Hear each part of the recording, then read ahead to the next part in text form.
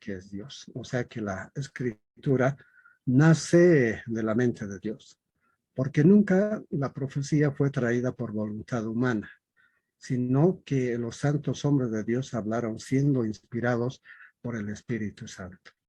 Entonces aquí hay una participación activa de Dios en lo referente a la transmisión de la palabra de Dios. Y es que esta fue revelada, fue iluminada, fue transmitida. En otras palabras también, lo más principal, lo más esencial es que fue inspirada por el Espíritu Santo. También en 2 Timoteo capítulo 3 nos dice, toda la escritura es inspirada por Dios. O sea que le está dando la categoría de autoridad. Toda la escritura es inspirada por Dios, no necesariamente una parte de la escritura o algún contenido o algún libro, sino toda la escritura es inspirada por Dios. Y es útil para enseñar, para redarguir. Aquí hay dos cosas que nos van a apoyar bastante a entenderlo. En primer lugar, para enseñar. ¿Qué nos va a ayudar a enseñar? En realidad, lo que nos va a ayudar a enseñar siempre es que no podamos cometer errores, no podamos caer en desobediencia. Y nos va a enseñar a pensar bien, esto es lo principal. Cuando dice que la palabra de Dios es útil para enseñar, entonces obviamente que se dirige al pensamiento. Y en la segunda parte del versículo se va a referir exactamente a la acción, o sea, a la obediencia. Primero, entonces nos ayuda a pensar bien, nos ayuda, nos enseña a pensar bien. Ahora, ¿qué ocurre si pensamos mal? Dice la Escritura, que nos redarguye para corregir también de la misma forma e instruir en justicia. No solamente nos corrige el hecho de que estemos pensando mal, sino que también nos instruye cuando estamos actuando mal. Entonces la idea es que actuemos correctamente, actuemos en justicia como está descrita en la palabra de Dios. ¿Para qué? Para que el hombre sea perfecto, enteramente preparado para toda buena obra. El propósito del cristiano, del creyente, es que produzca buena obra, que agrade a Dios. Por lo mismo, nos lleva a dos secuencias. La primera secuencia es que aprendamos a pensar bien. No solamente es que nos veamos externamente, como se veían los, los moralistas de Romanos capítulo 2. Solamente querían verse en apariencia éticos, pero pensaban mal. Su pensamiento estaba descompuesto, estaba contaminado prácticamente, estaba en el desagrado de Dios. Entonces la escritura, dos cosas, ¿no? Uno, a pensar bien, y el otro, a actuar bien. Ese es el propósito que tiene la Sagrada Escritura. Por ello es importante comprender y por ello también es importante fundamentarnos acerca de lo que es la fuente del origen de la palabra de Dios. Por eso es que tiene ese carácter sobrenatural. Un libro humanista, hay muchos libros humanistas de autoayuda, indudablemente que nos van a ayudar a cambiarnos externamente, pero no así internamente. Difícil es transformar nuestros pensamientos, porque nuestros pensamientos van a seguir siendo los mismos si es que no es tratado adecuadamente con una fuerza, con un poder espiritual como tiene la Sagrada Escritura. La mucha lectura nos van a hacer intelectuales, nos van a ser importantes, pero no va a ser de que nosotros seamos del agrado de nuestro Señor. El Señor lo que busca es que seamos fieles en pensamiento y en acción, ¿no? Que no seamos simplemente una exposición externa de nuestra vida, sino que genuinamente, los abogados dicen legítimamente desde el corazón, haya una transformación, haya un cambio en nuestra vida. Entonces todo lo que hagamos sea nomás de mucha bendición y del agrado de Dios. Eso va por un lado en lo que hace a la fuente de origen de las Sagradas Escrituras. Muy bien, ahora veamos lo siguiente. Si bien la Biblia tiene origen divino, pero ¿cómo se manifiesta esto? ¿Cómo es que tenemos que entender esto? Aquí hay 4 conceptos que tenemos que considerarlos, que tiene que ver mucho con el origen divino de la Biblia, porque si estamos hablando de su divinidad, yo agarro la Biblia en este momento y viendo la Biblia puedo considerarlo simplemente como un libro, como los libros, pero ¿cómo impacta en nuestras vidas? Entonces, precisamente esta lectura, la lectura de la palabra es la que transforma. Pero ¿cómo ha llegado hasta nosotros? ¿Cómo se ha originado la Biblia? Hay 4 conceptos que tenemos que precisarlos. El primer concepto, hermanos, es la revelación. O sea, lo que vino, la palabra de Dios es a través de la revelación. No sabíamos de su existencia. Después de la caída del pecado, no sabíamos cómo piensa Dios. Ya prácticamente nos habíamos extraviado éticamente. Moralmente, difícilmente íbamos a entender lo que es la voluntad de Dios. Por lo cual necesitábamos experimentar una revelación, una revelación que nos explique principalmente lo que es el plan de redención y lo que es la salvación. Esa palabra revelada, esta descripción de esta exposición que hace Dios de su palabra, ese hecho de que nos dé a conocer lo que originalmente estaba escondido, es por la revelación que el hombre comienza a conocer a Dios. Posteriormente, esta palabra es inspirada, es decir, que es trabajada a través de la mente de los hombres, es influida por el Espíritu Santo para que asimismo el hombre pueda hacer un registro de lo que Dios estaba revelando al hombre. ¿A través de quiénes? A través de sus profetas, a través de los sacerdotes. Y en el Nuevo Testamento a través del Señor Jesucristo. Entonces ya vimos cómo progresivamente en el Nuevo Testamento el mismo Señor Jesucristo va enseñando a sus discípulos, a sus apóstoles, inspirando la palabra de Dios y dando a conocer la revelación del nuevo pacto. La iluminación no serviría de nada si hubiera revelación, que conozcamos que haya la palabra, que haya inspiración, pero que no entendamos. Necesariamente la palabra tiene que ser entendida.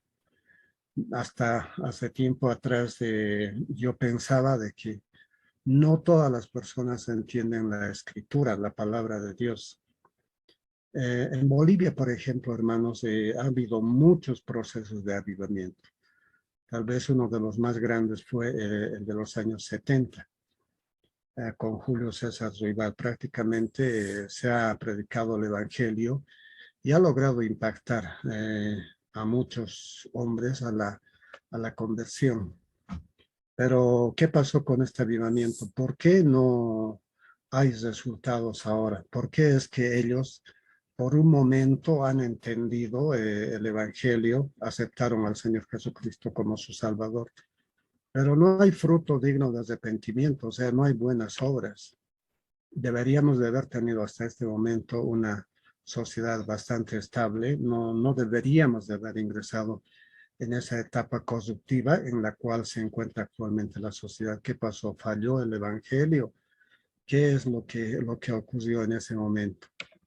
Entonces, la explicación más pronta, más próxima, quizás tendría que ser estos avivamientos no han tenido un seguimiento, no se ha hecho un proceso de discipulado, de modo que los que forman parte de la iglesia continúan siendo niños, ¿no? O sea, no han crecido, no han madurado espiritualmente.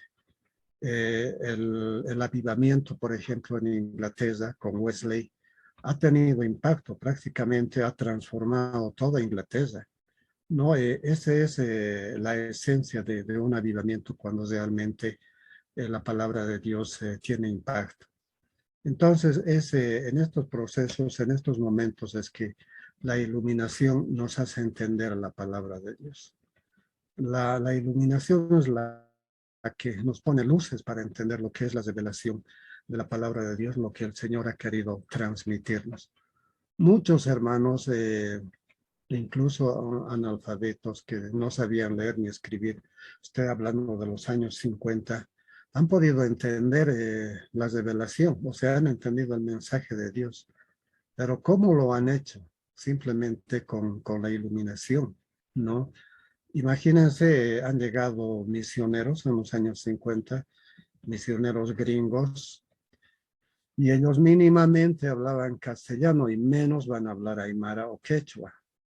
En el lado de Cochabamba se ha expandido bastante el evangelio quechua. Hay ya por lo menos varias iglesias que en su momento se han fundado sobre su idioma original. Han recibido el mensaje en castellano, pero ese mensaje ha sido también transmitido en quechua. No había Biblia en quechua, pero entonces la iluminación del Espíritu Santo es que ha ayudado bastante. Y finalmente la doctrina de la autoridad. La autoridad es importante porque tiene que ver con lo que Dios está autorizando en materia de fe y de conducta. Esto lo vamos a ver más enseguida.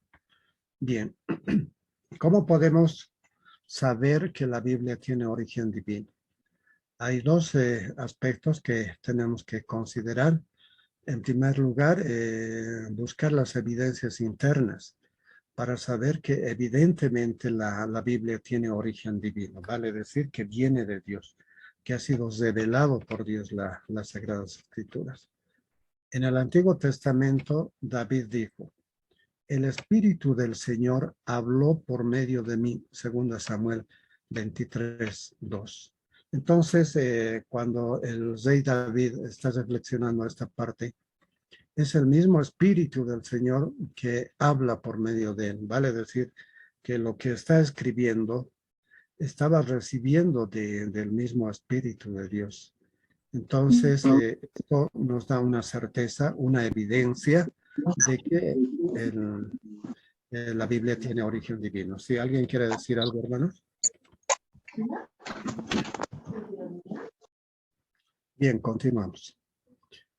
En Hechos capítulo 4, versículos 24 y 25, ¿qué nos dice? Confirma lo declarado por David. Cristo prometió su Santo Espíritu a los apóstoles para la escritura del Nuevo Testamento. Juan 14, 26.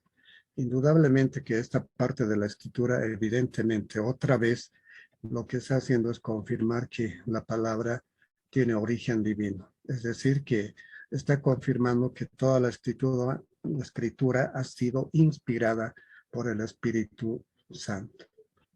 Ahora, considerando las evidencias externas, lo que vamos a encontrar es que históricamente la historia de la Iglesia ha reconocido los hechos bíblicos como hechos históricos, prácticamente han sido reconocidos y al margen de ellos se han preservado a través del tiempo y en toda época. Esta evidencia, no obstante de que ya han pasado muchos años, nos hace pensar de que la Biblia sigue vigente y que la Biblia continúa más que nunca, más vigente que nunca. No puede ser considerado insuficiente, tampoco puede ser considerada obsoleta. Durante la Ilustración, durante el Renacimiento, Voltaire, por ejemplo, ya muy arraigado, digamos, entre lo que es la filosofía racionalista, pensaba, ¿no?, de que el racionalismo se iba a oponer, se iba a imponer más bien sobre las Sagradas Escrituras. Y él decía, de aquí a un tiempo, la Biblia simplemente será una reliquia de museo. ¿Y qué ocurrió? De forma paradójica, ha hecho de que el mismo Voltaire pueda ver, ¿no? No lo vio, ¿no? Pero se utilizó ya su casa como lugar de expansión, de impresión de la palabra de Dios. O sea, vale decir que desde su casa, cuando Voltaire dijo de que ya no va a ir más la palabra de Dios, ha sido precisamente en su casa donde se han construido las imprentas para poder expandir la palabra de Dios. Todo ello nos da una evidencia certera de que la palabra de Dios, desde el punto de vista interno y desde el punto de vista externo, tiene carácter y origen divino. Ahora, ¿por qué hay una necesidad de la revelación? ¿Por qué es que la palabra de Dios ha tenido que ser revelada? Esta parte es bien importante para entenderlo. Ya sabemos que la revelación tiene que ver con que Dios se da a conocer, Dios descubre lo que estaba oculto, ya hasta ahí está bien. Pero nos preguntamos del por qué la necesidad de esta revelación. Si nos vamos al principio, vamos a ver en Génesis capítulo 1, versículo 26. ¿Qué nos dice Génesis capítulo 1, versículo 26? Nos dice que el hombre es imagen y es semejanza de Dios. Vale decir que somos imagen y semejanza de Dios. Bueno, quizás algunos se pregunte cómo es que somos imagen y semejanza de Dios, porque Dios es todopoderoso, Dios es omnisciente, Dios es omnipresente, Dios es omnipotente, Dios lo sabe todo, Dios es santo, perfecto, el amor de Dios es infinito. ¿Y cómo es que podríamos aparecer nosotros como imagen y semejanza de Dios? La característica de esta imagen y de esta semejanza tiene que ver con las tres formas que definen la personalidad del hombre. Primero, el hombre tiene una mente. Segundo, tiene un corazón para sentir. Y tercero, tiene una voluntad para decidir. Bueno, si vamos a buscar esta imagen y esta semejanza en Dios, también lo vamos a encontrar en Él. No obstante de sus poderes no comunicables, porque hay poderes que no nos ha comunicado, pero sí nos ha comunicado su pensamiento, o sea, nos ha creado con una mente. El ser humano es creativo. Eh, si va a la orilla de la playa, va a poder contemplar la caída del sol, va a poder contemplar la belleza de la naturaleza, o sea, va a poder pensar en toda la extensión de la creación, la belleza de la creación. Para eso hay que pensar. Eso no lo va a hacer cualquier ser humano. El hombre puede pensar muchas cosas, puede pensar en sentido positivo, puede pensar, puede reflexionar la palabra de Dios, pero a la vez también puede pensar cosas malas, ¿no? Puede pensar cosas para sí mismo, como comprar un arma, como pensar, planificar un delito, etcétera. Entonces, eso siempre hace el hombre. Entonces, se ha distorsionado lo que ha sido esencialmente la imagen y semejanza de Dios. De todas maneras, el propósito original era de que el hombre pueda pensar los pensamientos de su creador. Luego, ¿qué pasó? La creación sin pecado, incluido el hombre, era un espejo, un reflejo en la cual podía ser visto. Bueno, lo que nos está diciendo es que el hombre, al recibir esta bendición que es ser imagen y semejanza de Dios, en lo que nos ayuda es pues a poder entender, a poder ser el reflejo de Dios. Si bien Dios tiene su propia gloria, pero nosotros también podíamos haber reflejado la gloria de Dios, ¿no? ¿De qué manera? De manera ética, de manera moral, siendo perfectos. Entonces el hombre podía realizar esto, podía ser un reflejo perfecto de la gloria de Dios. Pero el hombre ha abandonado darle la gloria y darle las gracias a Dios y ha dado lugar a sus riendas sueltas, ha dado mayor lugar al empoderamiento del pecado. En la mente del hombre, la revelación de Dios era reinterpretada de forma autoconsciente. Esto le ponía sentido a lo que Dios puso en el universo. Ahora, cuando el hombre creó a imagen y semejanza, le dio inteligencia, le dio sensibilidad y le dio voluntad.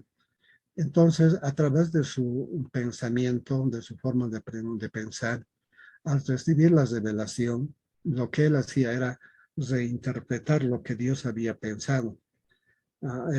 Ahora podemos experimentar eso con el Espíritu Santo que nos ilumina. Si uno en la mañana se levanta a orar, entonces lo que va a hacer abrir es la escritura y va a poder reinterpretar lo que Dios ha revelado en la Sagrada Escritura de forma autoconsciente, de modo que lo acepte y todo este concepto forme parte de su vida.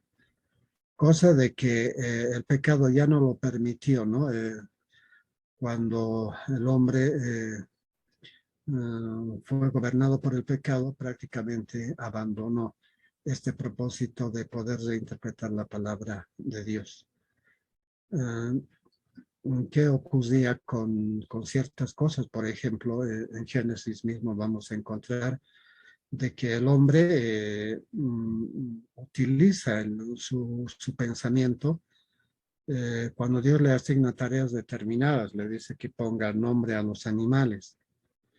Él puso los nombres a los animales, pero no lo puso de forma independiente a lo que Dios había ordenado, sino que estaba reinterpretando lo que Dios había impreso en la naturaleza, o sea, estaba leyendo lo que ya Dios había determinado en su santa voluntad.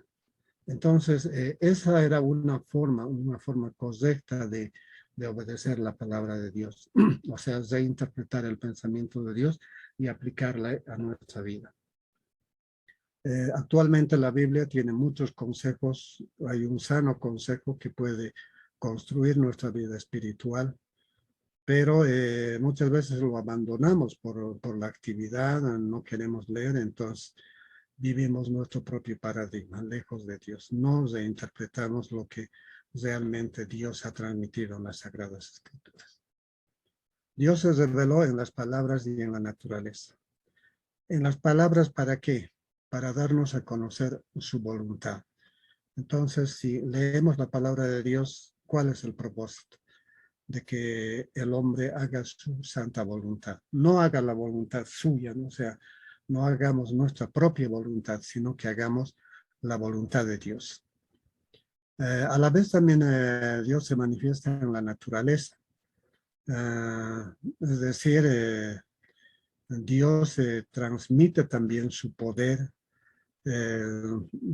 transmite también su existencia en la naturaleza. Si vamos a buscar una causa, siempre vamos a encontrar un efecto. Vale decir que si vamos a buscar algún fenómeno de la naturaleza, siempre vamos a encontrar que hay una mano diseñadora de todo el proceso de creación.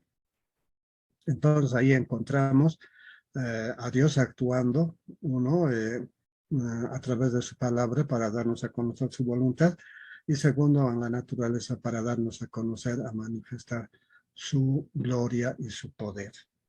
En realidad, si bien algunos no conocen la Biblia, pero en la naturaleza sí le conocen, saben que Dios existe. Solamente que el hombre, cuando sabe que Dios existe, lo que trata de hacer es autonegarse, es negar más bien la existencia de Dios. Prefiere eh, mentirse a sí mismo y tratar de ignorar lo que Dios está hablando en la naturaleza.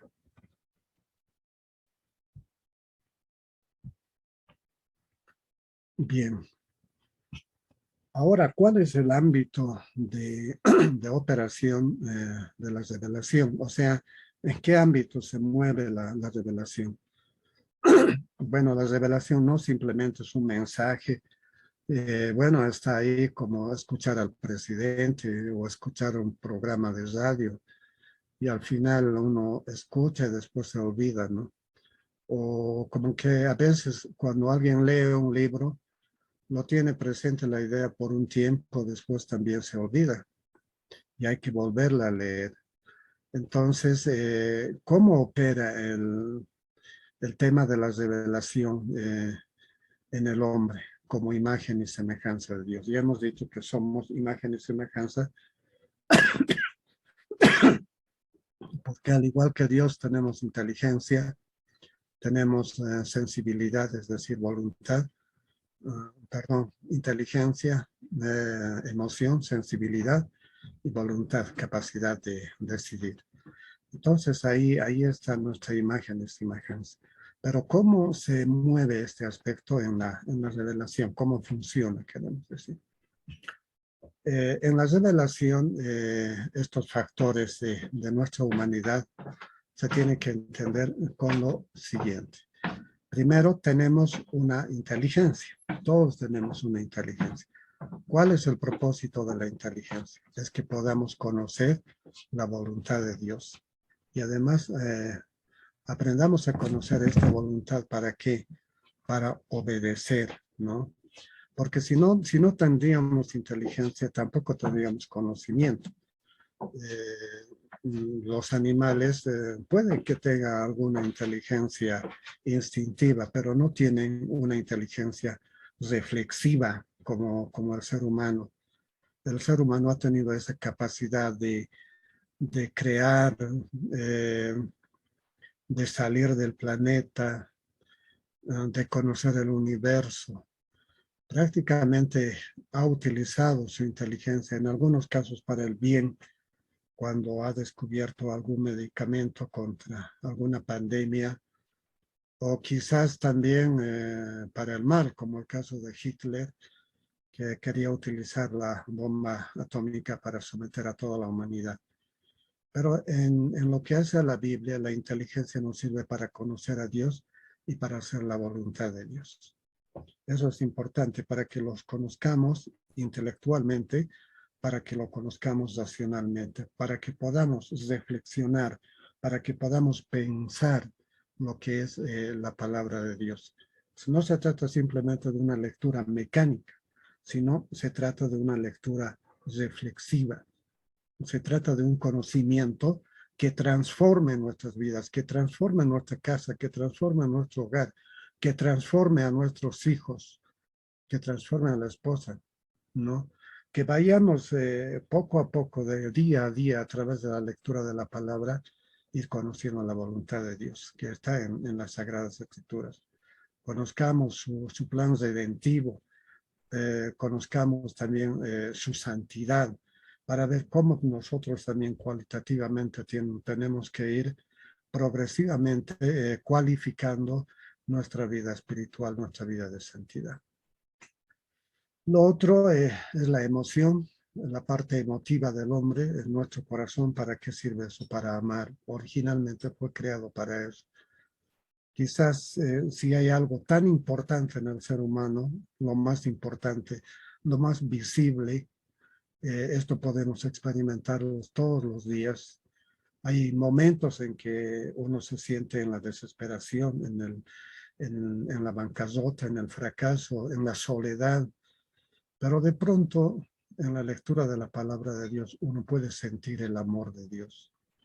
Entonces ese amor de Dios que es inagotable, que es una fuerza en realidad, consume nuestras vidas y hace de que nosotros también podamos sentir, al igual que ellos, el amor de Dios. Es a través del amor que llegamos a conocer también el amor de Dios. Y finalmente, nuestra voluntad para que podamos obedecer.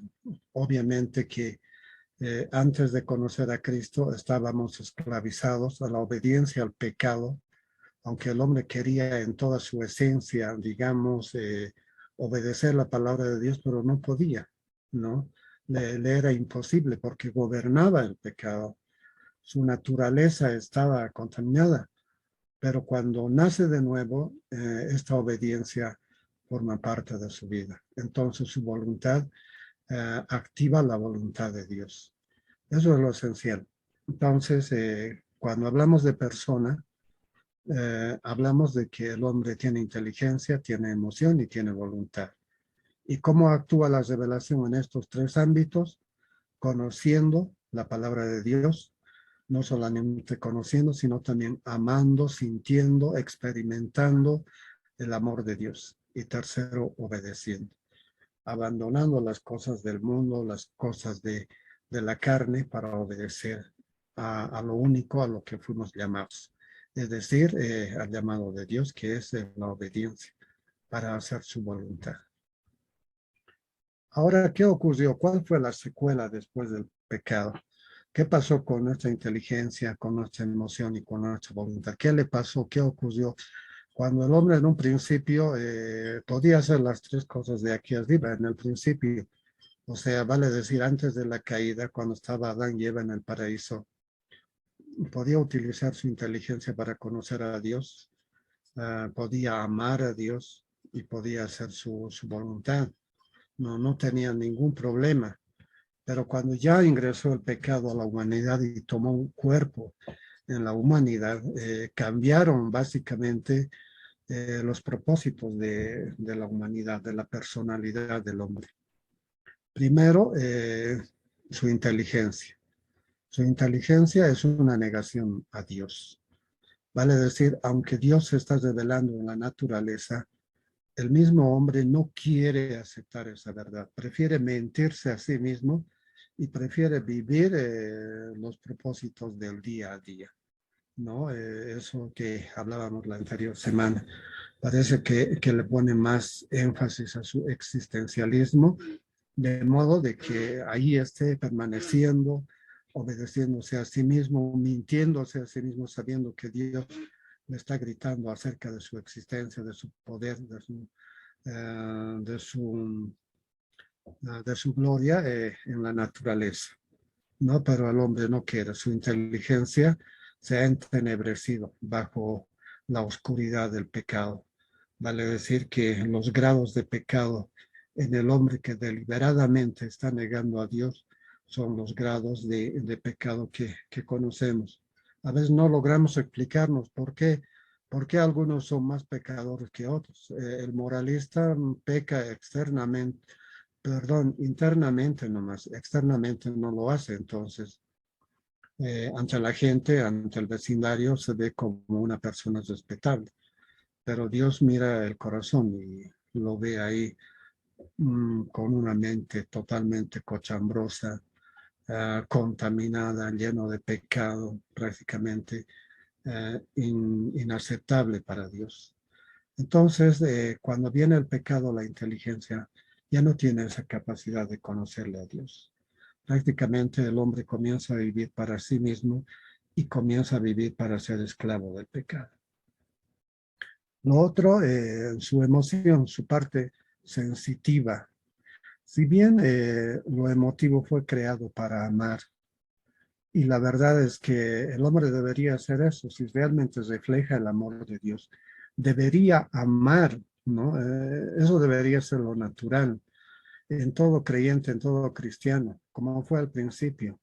No había diferencia, no había odio, no había interés personal, sino el interés de Dios, con que Dios sea obedecido.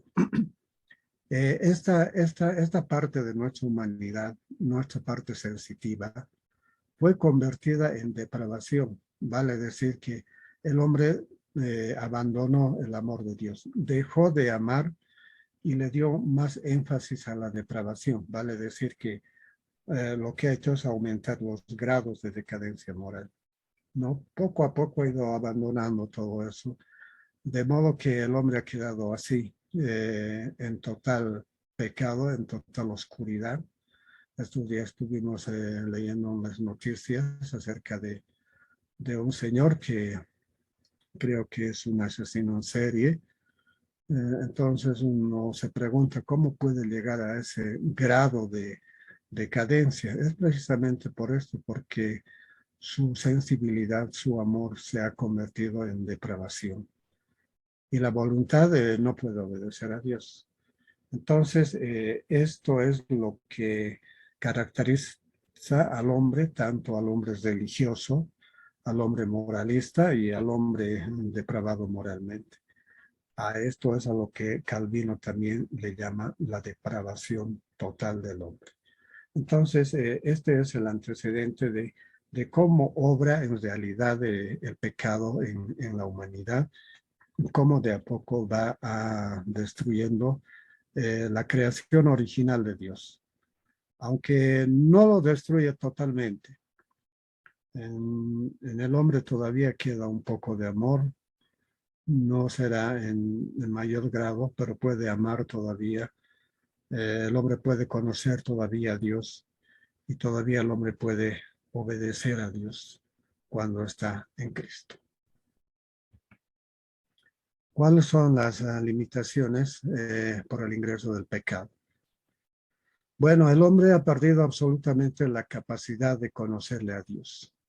Es decir, que no puede ya discernir, no puede trascender tampoco los hechos originales de la creación. Es decir, no puede expandir esa vida moral para la cual fue creado el hombre.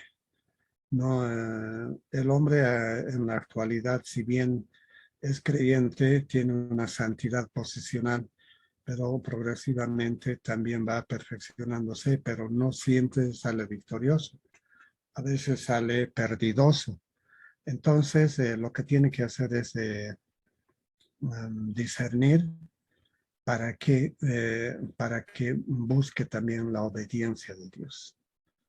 Otra de las consecuencias, la limitación del conocimiento humano.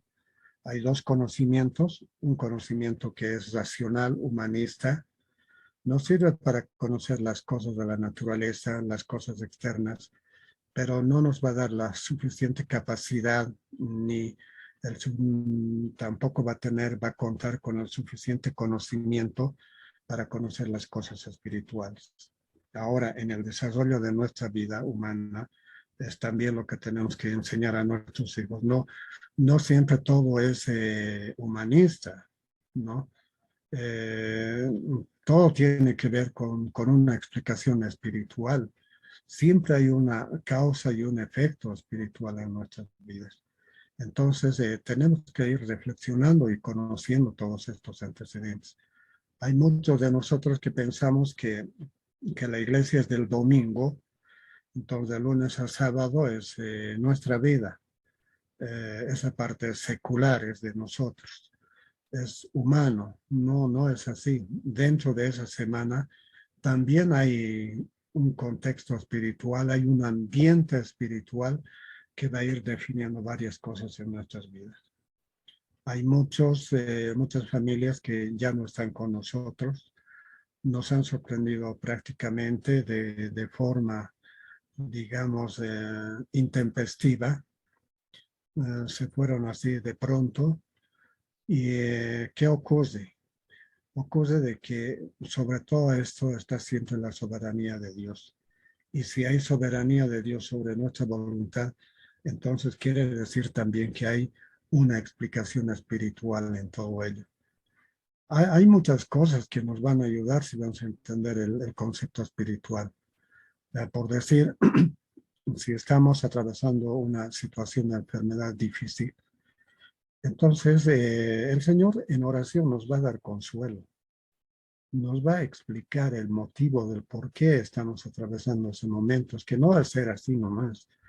Por ello es importante leer la palabra de Dios. Siempre vamos a encontrar un consuelo. O sea, no es mecánico, no es intelectual, no es simplemente sabiduría. También, hermanos, leer la Biblia es experiencia.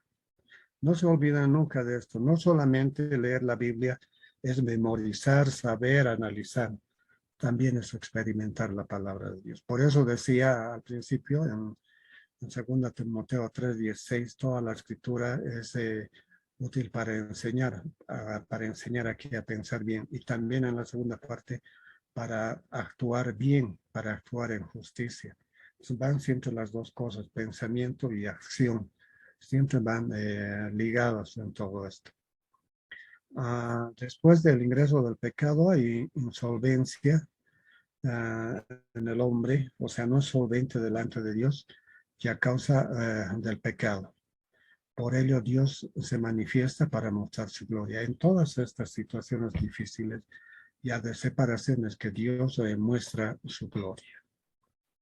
Bien, ahora bien, veamos lo que es la revelación. Exactamente, conceptualmente, es revelación. quiere decir revelación, que se trata del acto y el resultado de mostrar, hacer visible lo que está oculto. Este teólogo, Schaffer, nos dice lo siguiente, que revelaciones en su uso teológico consiste en el acto divino de comunicar, ¿no? El acto divino de comunicar al hombre lo que de otro modo éste no podría saber. Es decir, cuando hemos hablado hace momentos atrás de las verdades espirituales, humanamente no tenemos acceso a esas verdades espirituales.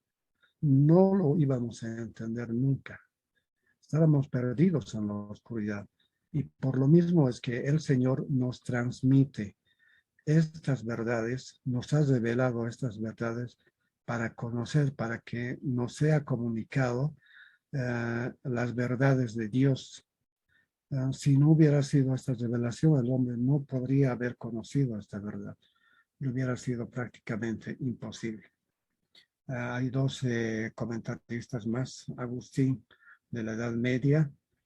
Él dice, Agustín, la luz de la revelación divina es necesaria para que conozcamos cualquier verdad. Es decir, que hay muchas cosas en nuestra vida que no la vamos a entender de forma racional y tenemos que apelar necesariamente a las Sagradas Escrituras. Y Agustín fue un gran aporte en este contexto. Explicó desde el punto de vista filosófico y utilizó las Sagradas Escrituras, las verdades espirituales para poder entender al hombre. Entonces, la teología de Agustín ha servido bastante a lo que es en este tiempo la gran teología reformada. Tomás de Aquino decía, como criaturas no podríamos saber nada si no fuera porque Dios nos ha hecho posible el conocimiento. Entonces, solamente es el conocimiento de Dios el que nos muestra las verdades. Ese es el propósito de la revelación, que es mostrar claramente aquello que estaba inicialmente escondido. Ahora bien, hay dos clases de revelaciones. Eso es lo que tenemos que considerarlo muy bien.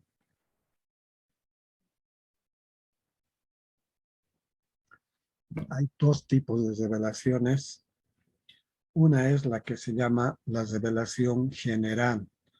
Algunos autores también la llaman la revelación natural, porque está en la naturaleza. Y muchos dicen la revelación natural es insuficiente, ha sido insuficiente, no, como que le faltaba algo a Dios y por lo mismo lo ha completado luego con la revelación especial, es decir, la revelación especial es la Biblia. Entonces hay dos clases de revelación. Una revelación general está en la naturaleza, está en la creación. Y hay una revelación especial que está en las Sagradas Escrituras. Lo que tenemos aquí escrito es una revelación especial. ¿Qué nos está mostrando esta revelación especial? Nos está mostrando el plan de salvación, o sea, la obra de nuestro Señor Jesucristo. La obra del Señor Jesucristo no comienza precisamente en el Nuevo Testamento. Ya en términos de promesa viene ya desde el Génesis capítulo 3, versículo 15. Desde ahí es donde viene ya. Hay una promesa de que iba a haber un libertador de nuestros pecados. Entonces, ese es el estudio que contiene la Biblia. En realidad, toda la descripción de la revelación especial tiene que ver simplemente con la Sagrada Escritura, es decir, tiene que ver con la Biblia. En cambio, la revelación general tiene que ver con la naturaleza. Para muchos, les decía que la revelación general ha sido insuficiente. Por eso es que Dios lo ha complementado con la revelación especial. Pero no es así, hermanos, no es así. La revelación general es completa, ¿ya? Sobre esta base, sobre esta revelación general, todos aquellos que han rechazado o no han conocido las Sagradas Escrituras, por decir que vive en una selva perdida donde no hay contacto con la civilización, entonces, ¿sobre qué base se le va a juzgar? no han conocido el Evangelio y por lo mismo ellos pensarán pues de que no, no hay causal, no hay justificativo para poder condenarlos. Indudablemente, si hay una, una condena, también tiene que haber una culpabilidad. Entonces, si decimos que la revelación general, que lo que está en la naturaleza es insuficiente, obviamente que sería injusto que muchos mueran por no haber conocido la Biblia. Pero la revelación general, con el anuncio de que nos muestra el poder de Dios y nos muestra la gloria de Dios, también está mostrando al hombre que Dios existe y que debería darle la gloria a Dios, debería darle las gracias a Dios, pero lo que el hombre hace es olvidar ese aspecto. En cambio, la revelación especial directamente ya nos muestra el camino. El Señor Jesucristo dice, ¿no? Yo soy el camino, la verdad y la vida. Nadie viene al Padre sin es por mí. Esto es la revelación especial, aunque todos los hombres conocemos la revelación general.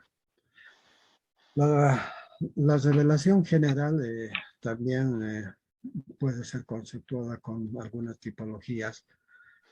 Se dice, por ejemplo, la revelación general es la manifestación de la gloria de Dios, reflejan su naturaleza y su carácter, de tal manera que es imposible que alguien no las reconozca.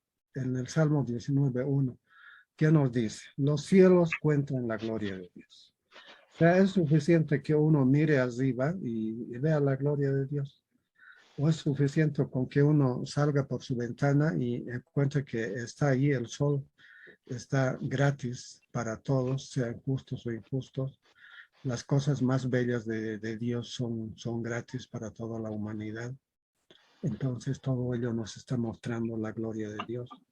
A veces hemos pasado una crisis de agua, había un tiempo en que no había agua, pero para la gloria de Dios tenemos agua, está ahí, no es caro el agua, quizás algún día va a ser caro, pero ahí está la gloria de Dios mostrándonos a través de la revelación general.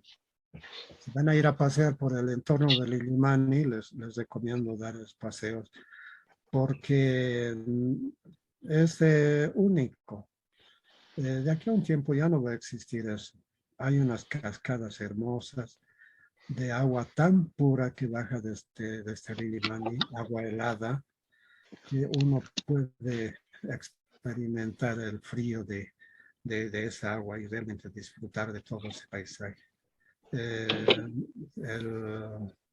El Illimani actualmente se está reduciendo, pero va a haber un tiempo en que no va a estar, ¿no? La revelación especial es la información específica o un testimonio escrito acerca de la redención y las demandas morales de Dios. Hay dos cosas, ¿no? En la revelación especial. Uno, está el mensaje de salvación. Y segundo, no solo son mensajes de salvación, también están las demandas morales de Dios. Ahora la redención para entender, ¿ya? Para pensar. Y en cambio las demandas morales es para actuar. Entonces trataremos de ser ciudadanos fieles con Dios y también mostrarnos como honrados ante la patria. Solamente a través de la escritura vamos a poder llegar a ese objetivo. Entonces, la revelación general nos conduce al conocimiento de Dios y a la revelación especial nos dirige de forma particular a la manera en que pueden ser perdonados nuestros pecados, que es el plan de salvación de Dios. Ahora sí, en la revelación general vamos a ver manifiesto una especie de autorrevelación, o es Dios autorrevelándose, dándose a conocer en tres eventos importantes de la humanidad. Primero, en la naturaleza. Hay un mensaje impreso en la naturaleza. Como les dije, si uno investiga la naturaleza, siempre va a encontrar un diseño inteligente. O sea, hay la mano creativa de Dios, está ahí. Los versículos que están ahí registrados lo dicen, lo declaran claramente de que en la naturaleza está la presencia de Dios. Otro de los elementos importantes es la historia. Ahora, la historia no es precisamente un hecho, un objeto, un objetivo, un propósito de hechos casuales o de la voluntad del hombre. La historia también está definida por Dios, ¿no? Él es el que en última instancia define todas las cosas. Muchas veces el hombre se enfrasca por decir, en actos electorales y decimos, no vamos a ganar con este programa, pero no siempre resulta porque la soberanía de Dios se impone ahí de manera histórica. Hay muchos hechos en nuestra sociedad que han sido realizados por la voluntad de Dios. Por ejemplo, la Revolución Francesa. Si bien es una revolución que ha tenido impacto, pero obviamente que ha tenido también su ventaja y se nota que ha tenido la voluntad de Dios. ¿Para qué? Para que el racionalismo no pueda extinguir la palabra de Dios, para que la ilustración se muestre insuficiente ante la palabra de Dios. Y por lo mismo, históricamente, se ha hecho presente ese hecho, pero con todo la palabra de Dios nunca ha desaparecido. Y en el hombre, la revelación general también está en el hombre, está presente en dos actos importantes de nuestra vida. Uno, en la razón, en nuestra forma de pensar, de razonar. Ahí está la voluntad de Dios y ahí está presente la revelación general de Dios. O sea, todos experimentan eso, no necesariamente los cristianos. También está en la conciencia. Es que a veces uno piensa y dice, ya me voy a olvidar esto de aquí a un tiempo, pero la conciencia sigue presente ahí, ¿no? A veces cometemos actos de injusticia, ya que pase y tratamos de olvidarlo, pero la conciencia sigue acosando, ¿no? Sigue presente. Es la conciencia precisamente la que no nos da paz y es precisamente la causa de muchas crisis de la humanidad. Muchos tratan de resolver esto a través de la psicología. Quizás pueda ayudar como un consuelo, pero no va a poder tratar la esencia del alma, que es el pecado. Y precisamente una liberación de la conciencia, de acuerdo a la palabra de Dios, tiene que ver necesariamente con la experiencia de la palabra de Dios en nuestras vidas. Ahora, la diferencia entre revelación natural y la revelación general. Ya hemos dicho que tienen similitud, no son diferentes, porque la revelación natural está hablando de la manifestación de Dios en la naturaleza. En cambio, la revelación general también se refiere a eso, a que se manifiesta en la naturaleza. Entonces podríamos decir lo siguiente: la revelación natural es lo que Dios hace, ¿no? Dios ha actuado en la creación, entonces Él está presente en la naturaleza. ¿Qué hace ahí? Manifiesta su gloria, es una autorrevelación y es una muestra también de su providencia. Y hay una teología natural también, es lo que el hombre hace en la revelación, con la revelación natural. Entonces, si bien el hombre ha recibido la revelación natural de Dios, vale decir que puede experimentar el poder de Dios, puede darle la gloria a Dios y puede darle las gracias. En otras palabras, el hombre eh, conoce a Dios, le conoce a Dios. Entonces puede darle la gloria a Dios, pero no quiere hacerlo, ¿no? Simplemente se esconde, se niega, se miente a sí mismo. Eso dice Romanos capítulo 1, versículos 18-19. Y de la misma forma también 1 Corintios capítulo 2, versículo 14. Entonces, ahí está lo que hace Dios y lo que hace el hombre con la revelación. La revelación especial tiene que ver fundamentalmente con Jesucristo, ¿no? Con la obra de nuestro Señor Jesucristo, la revelación especial, porque es en la obra de nuestro Señor Jesucristo que se consuma todo el plan de salvación. Vamos a avanzar un poco de esto. La próxima semana vamos a ir viendo con más detallitos para poder extenderlo un poco más. Ya estamos llegando casi a la hora de la conclusión de nuestras clases.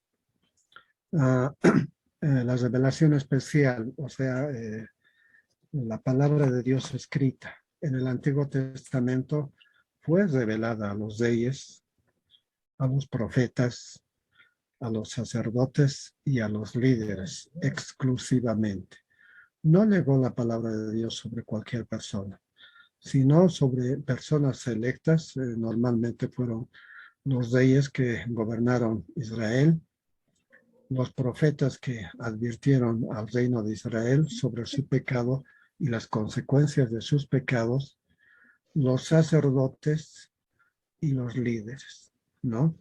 Solamente sobre eso. En cambio, en el Nuevo Testamento, el Señor Jesucristo activó su obra redentora. Es decir, Él no fue solamente una profecía, fue más allá de eso.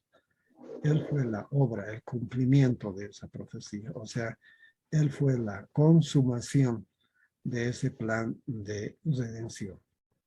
Posteriormente, después de que el Señor Jesucristo murió, resucitó, subió, quedaron los apóstoles. Entonces, ¿qué tarea, qué rol hicieron los apóstoles después de la partida del Señor Jesucristo? Si bien los evangelios sinópticos y el evangelio de Juan explica la obra redentora, o sea, cómo murió Jesús, lo que los apóstoles pasan a hacer es explicar del por qué murió el Señor Jesucristo. Vale decir que comenzaron a explicar la doctrina de la muerte del Señor Jesucristo, la doctrina de su resurrección. Y finalmente los profetas lo que han hecho es expandir la palabra de Dios. Estos ya son los predicadores, los que han ido enseñando, aún hasta nuestros tiempos, van enseñando la palabra de Dios, tal cual expone la Biblia en la revelación especial. Entonces, la revelación especial es Cristo. ¿Qué nos dice Hebreos 1, versículos 1 al 3? Todo el proceso mediante el cual Dios se ha revelado a sí mismo y a su propósito redentor para la humanidad a través de Israel, los profetas, apóstoles, pero supremamente en Jesucristo. O sea que Jesucristo es el centro, es la sustancia de la revelación especial. Es decir, que la revelación ha hecho de que Dios nos ha hablado, pero esta vez ya no por medio de los reyes, sacerdotes, profetas, como le ha hecho en el Antiguo Testamento, sino que esta vez ha utilizado a su Hijo Jesucristo por medio de su Hijo, de modo que el Evangelio ha sido transmitido en toda su esencia y en toda su verdad en el camino. Y la redención ha tenido un objetivo: llevar a cabo la purificación de nuestros pecados, como de su registro, como es la escritura registrada por los profetas. Entonces ahí vemos cómo las dos clases de revelación. Hemos visto en resumen dos clases de revelación hasta aquí. Una revelación general que está en la naturaleza, está en la historia, está en la conciencia también de los hombres, y hay una revelación especial que está en las Sagradas Escrituras. Y el centro de la revelación especial es el Señor Jesucristo. O sea, es la obra consumada de nuestro Señor Jesucristo. A la vez también las Escrituras nos revelan enseñanzas morales que nos sirven para nuestra vida, para nuestra conducta. Es autoridad en materia de fe y de conducta para que podamos llevar hacia adelante los propósitos de nuestra vida espiritual. Bien, hermanos, hasta aquí hemos llegado con la clase que corresponde hoy. La próxima semana vamos a ver cómo esta revelación se ha manifestado Después vamos a ver la inspiración, la iluminación y también la autoridad de la palabra de Dios. Ahora sí, si tienen comentarios, preguntas, adelante. Y si no la tuvieran, entonces podemos despedirnos nomás ya. Adelante, hermanos.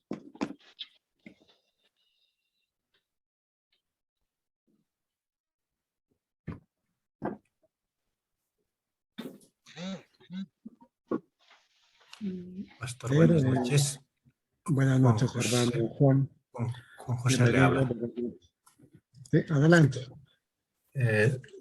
A medida que nos exponía, en la parte de la revelación nos mencionaba que decía que es imposible que alguien no lo reconozca, Sí, pero a su vez también decía que el hombre ha perdido absolutamente la capacidad de conocerle a Dios.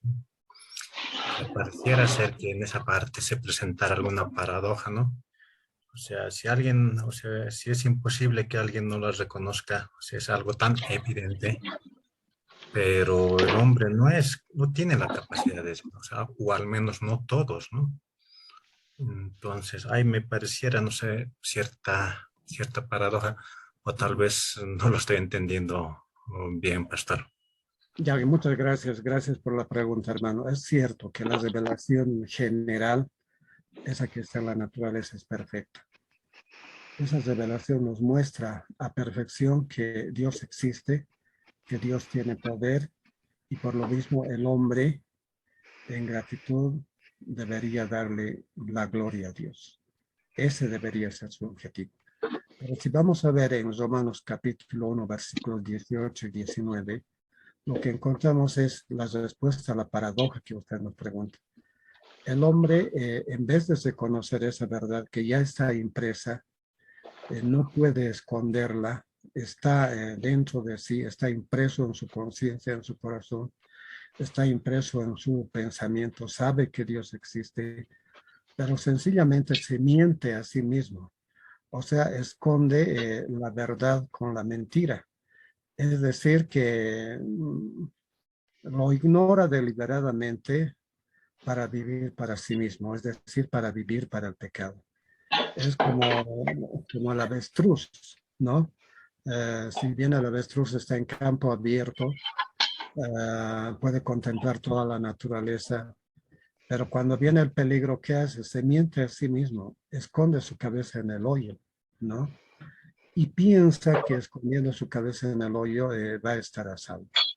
Eso es lo que hace el hombre con el pecado, o sea, que el pecado nos engaña, hace de que podamos mentirnos a nosotros mismos y hacer de que no entendamos pues es la verdad y al final pensamos como una excusa para perdernos aún más en el pecado, para degradarnos más allá de lo que realmente Dios lo permite.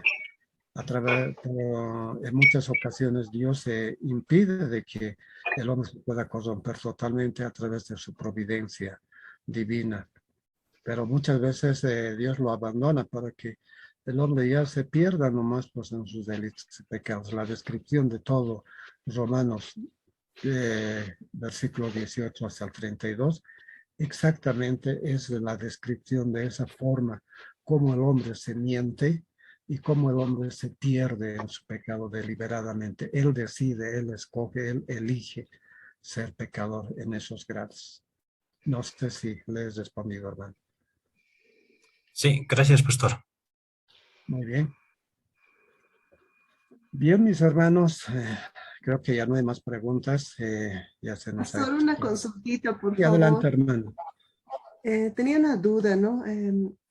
Cuando leemos el Génesis nos hablan de las dos simientes, ¿no? Los que son tanto. Y eso me hacía un poquito, ¿no? La duda, comprender cómo entonces esas dos simientes estarían comprendiendo la revelación general, la revelación especial. Y también hay otros autores, ¿no? Que nos hablan también de tres tipos de hombres, ¿no? El hombre espiritual, el hombre carnal, el hombre... Y ahí no sé si un poquito me puede aclarar, pastor, por favor. Bueno, toda la historia de las Sagradas Escrituras evidentemente tienen que ver con esas dos simientes. una simiente que es de Dios y otra simiente que es del diablo. Indudablemente que la simiente que está actuando en obediencia a la simiente de Satanás está actuando en el pecado, aunque tiene la revelación general, pero no puede entender, no puede comprender la revelación especial. En realidad, entender la revelación especial es una obra del Espíritu Santo a través del proceso de iluminación. O sea que el hombre sin Cristo, el hombre que no conoce a Dios, necesita ser iluminado por el Espíritu Santo para poder entender el plan de salvación. Aquí es donde tiene una primacía importante la soberanía de Dios. O sea, esa es la que define. De todas maneras, siempre van a estar presentes ambas simientes, ¿no? La simiente de Satanás y la simiente del Señor Jesucristo. Desde ese momento del Génesis hasta el final de la historia de la humanidad. Siempre va a ser así, hermano.